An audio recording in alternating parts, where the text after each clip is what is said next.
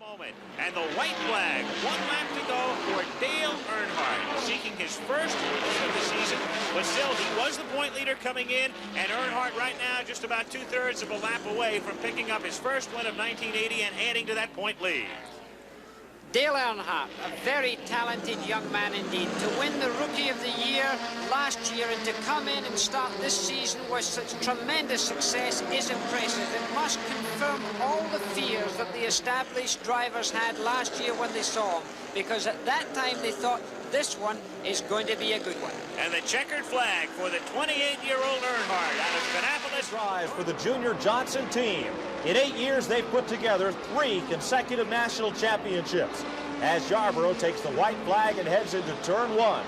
Next year, he'll join the MC Anderson team.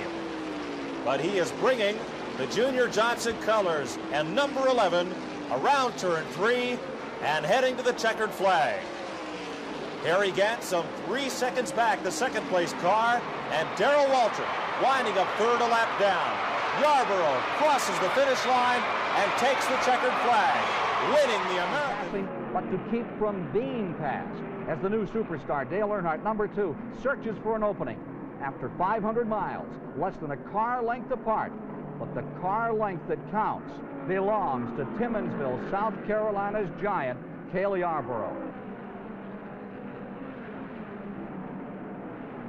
Cale Yarborough out-hustles, out-muscles a top field of NASCAR giants.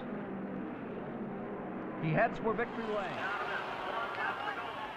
And this is the white flag with only 1 lap to go. He came out of that corner completely differently. Now, the position is for Cale Yarborough. He's in 3rd position. It'll have remained to be seen what happens now. And Buddy is showing the horsepower off, but the 21 car works down low. He was skipping that left front wheel, and Cale's trying for the inside. Bonnet's out front. The other 2 are in a position to slingshot as they head for the tunnel turn. Bonnet's car, he's weaving back and forth. And Baker right in there. And Baker's got his hand out the window there. He was waving at Cale Yarborough. I think they almost touched there, but it looks like Baker is dropped back into 3rd position now, and it looks really like Neil Bonnet's got himself sorted out. He's got a tremendous advantage. Suddenly, it could be that Buddy Baker's now going to pass Cale Yarborough. He does as they go into turn 3. Buddy Baker is getting into 2nd position, but right now, unless something very strange happens, Neil Bonnet's going to win this motor race. Well, he's been all over this racetrack today. He was a lap down. He came back. Look at him way down on the inside. He's got his hand on the fans. A huge crowd. Bonnet waves and he wins it for the number 21 team. Baker is 2nd, and Allison and Earnhardt. Earnhardt can't quite make it. Right behind them is David Pearson. The old fox right in the thick of it now. Look out. Earnhardt very close to David Pearson there. And there's so much traffic here. They're going to have, that's going to be a very big factor. This is the final lap. It's still Bobby Allison in the lead. Oh, that hurt Earnhardt out. David Pearson is in 2nd place. Can he catch Bobby Allison? That is the question. Headed for the finish now. And it's all going to be decided at the 400 miles right here. It looks like Bobby Allison is going to hold on for his first victory in the Firecracker 400. David Pearson trying for his 6th. Dale Earnhardt is in 3rd place. Allison has led over a third of the race, and now he seems to be leading the vital part of it. Yes, he does. Still in traffic as they head for the finish line. Here comes Bobby Allison taking the checkered flag and victory. David Pearson is 2nd, and Dale Earnhardt is 3rd. Extends the white flag. 80,000 people are on their feet. Down they go into turn number 1. Bonnet has the advantage. Yarborough presses down to the inside. Parsons ready to make his move. 4 cars. Who will it be at the finish line? Bonnet holds on to the lead. Bonnet moving down out of the drop to try and full that drop, which he's... Earnhardt comes to the inside. It's knuckle to knuckle into turn number 3. Earnhardt in front. Bonnet coming back. Here comes Parsons from the inside. The last lap of the 12th annual Talladega 500. What a classic.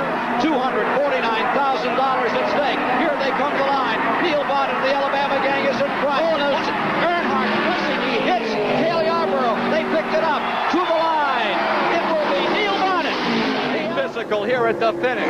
Parsons in front, Waltrip in second as they drive it out. White flag is out. To go. This is it. The crowd screaming. It is Benny Parsons in front. Darrell Waltrip trying to come for his third win of this race. He's behind as they go to turn 2. Back straight away. Parsons holding Waltrip off. Here they go for turn 3. The last lap. 377,000. Darrell tries to go low. Waltrip is finding the inside. He pulls up. He's inching along. They're into lap cars. Waltrip goes back to the outside. Parsons is blocking it. At the line. Benny Parsons does it. Benny Parsons has upset the odds maker today, and it's the start-finish line of the Daytona Speedway. Down they come. There it is. One more lap, and somebody will be in clover, and the others can just get ready for next Sunday's Daytona 500. Earnhardt pulling up. Will he take a shot? Waltrip seems to have some power here. Look at him pull away. Buddy Baker down on the inside there trying to get around Neil Bonnet. It didn't work that time. Earnhardt moves in. This is going to be a heart stopper. Dale Earnhardt coming up to the outside. Pulls by. Earnhardt takes the lead. Waltrip back to second. Last lap. Bobby Allison goes high. Neil Bonnet comes low. Earnhardt pulls away. 3 cars side by side in the banking. Down into turn number 4. Earnhardt with tremendous power. Look at that precision driving right to the line. Here comes Bonnet trying to close checkers.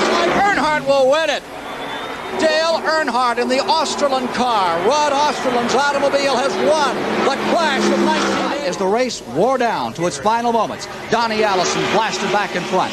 This was the final lap. And notice the power of the Haas Ellington car number 1 as it roars into the first turn and pulls away from Richard Petty. Which is an unusual sight to see on these high-speed NASCAR tracks. Look at that gap. He's just pulled out on his own. Normally the second car is in a very strong position and can hang on to the lead car, but not with Donnie Allison. He just put his foot on the floor and drove away. Remember Donnie Allison 1 year ago on that incredible finish? What will happen tomorrow? Well, you'll see it all live and complete here on CBS. Allison in this 125-miler draws a bead on the checkered flag as he storms out of turn number 4 at over 190 miles per hour. Richard Petty makes up just a little bit of that gap coming off turn 4 here up to the finish line, but it's too late. Donnie Allison's got the race wrapped up. The question here is, was Allison playing cat and mouse with Richard Petty? We'll know the answer on that tomorrow. Allison first, Richard Petty finishing in second, John Anderson crossing the stripe in third. Through the tri-oval area and heading for Harold Kinder's white flag. Dale Earnhardt, where do you want to be on this lap? Well, I don't really want to be leading it, but I like to have being the second or third, have a good shot at running at the lead. Earnhardt has a great shot out of turn number 2. Heading into the backstretch, 3,400 feet of runway. For Earnhardt to work the draft of slow car ahead. Buddy Arrington is in the low groove. Earnhardt cannot move down and slingshot on the inside. He looks, not enough room. Baker holds him off, forms the box around Arrington. And Earnhardt has to rethink his strategy. That was the primary passing point. Here they come, pounding out of turn 4. The fans are on their feet. Last time by and into the tricky travel. Earnhardt feints high and goes low. Right to the bottom of the racetrack, onto the track apron. Earnhardt draws closer, ever closer, but Baker will win the race by 3 feet. Right up even with the race motor right now, but I've won several races from leading the last lap. I'd rather be there than take a chance of going back. Well, he was there, he stayed there, and he got the job done, and he's